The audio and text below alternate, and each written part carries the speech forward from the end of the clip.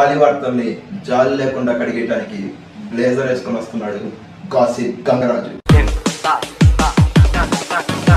అత్తారింటికి దారేదికి sequel, ఇది gossip.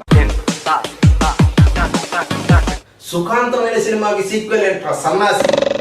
ఈ గాలి వార్త ఏంటంటే అత్తారింటికి దారేది సినిమాకి సీక్వెల్ రెడీ అవుతుందంట. ఈ విషయం గురించి మన త్రివిక్రమ్ గారికి తెలుసో లేదో కానీ ఈ సినిమాకి సంబంధించిన కథనం అంతా మన బాలరాజ్ దగ్గర రెడీగా ఉంది. ఈ సినిమా మొదటి భాగం ఇండియాలో జరిగింది కాబట్టి లాజిక్ ప్రకారం రెండో భాగం మిలాన్లో జరగబోతుంది. ఈ సినిమా కథనం ఎలా ఉండబోతుంది అంటే ప్రణీత తన భర్త నుంచి విడిపోయి పవన్ కళ్యాణ్ పట్ల ఆకర్షితురాలు అవబోతుంది. అప్పుడు పవన్ కళ్యాణ్, సమంత మరియు ప్రణీత మధ్య త్రికోణ ప్రేమ మొదలయ్యి ఆ ప్రేమ తన అత్తకి నచ్చక వాళ్ళిద్దరి మధ్య మనస్పర్ధలు మొదలయ్యి గంగరాజు వద్దు వద్దు మా వల్ల కాదు కదా. సినిమా సీక్వెల్ ఉందని చెప్పి రాయటమే ఎక్స్ట్రా. ఈ బాలరాజు గారు దానికి స్టోరీ కూడా యాక్ట్ చేస్తాడు. అసలు ఈ నెల కొట్టాలంటే రేపు బాలరాజు మేనర్స్ ఎక్కువై పబ్లిక్ టాయిలెట్ ని కూడా మే కమిన్ అని నాక్ చేసి అడిగే ఎవర సన్నాసి ఎలా రాస్తున్నారు ఇట్లాంటి గాసిప్లు. బాలీవుడ్ ఆపర్చునిటీ వదులుకున్న అమలాపాల్, ఇది గాసిప్.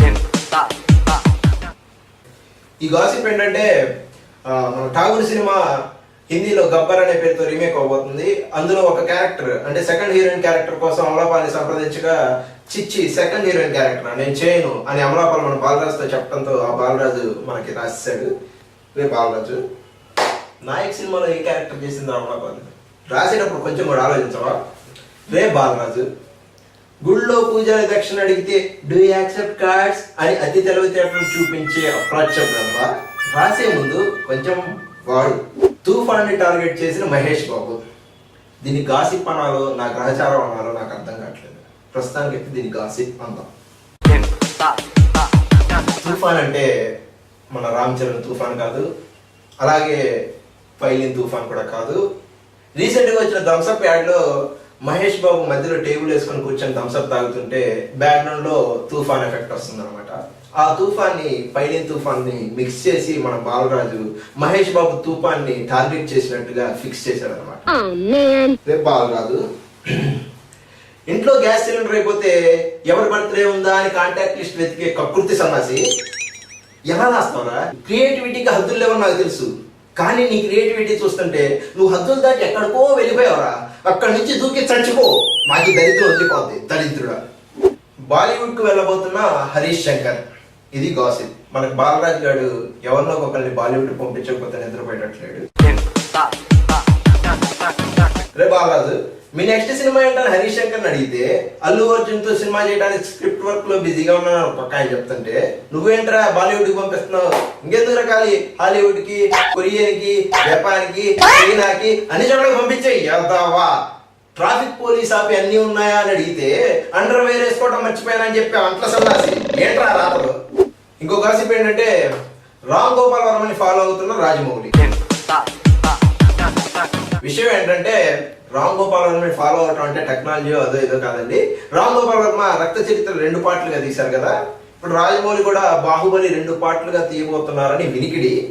ఇంకా అందుకని మన రామ్ గోపాల్ వర్మ దారిలో రాజమౌళి పయనించారని చెప్పేసి బాలరాజు గారు రాతలు.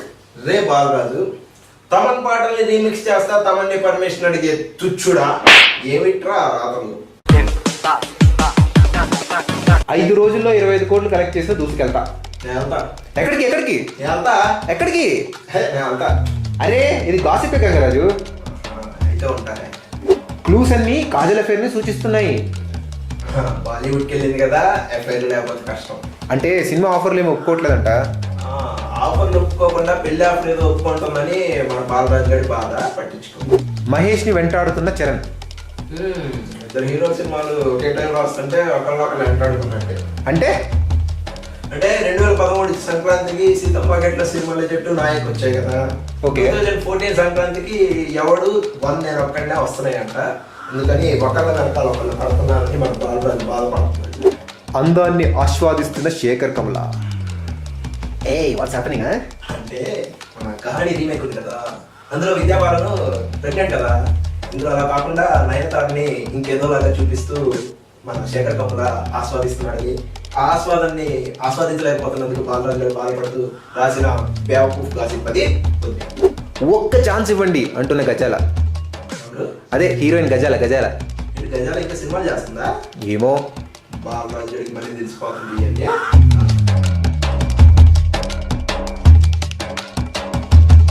రేయ్, ఈ సీమలో మొట్టమొదటి కత్తి పట్టింది మా తాత, బాంబు చుట్టింది మా తాత. వాటితో నువ్వేనా అనిపించేది?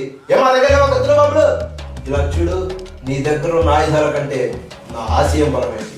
చావుకు లేనప్పుడు భయపడలేదురా. ఆ చావే గంగరాజు షార్ట్ రెడీ. ఓకే, కాసేపు ఏంటి?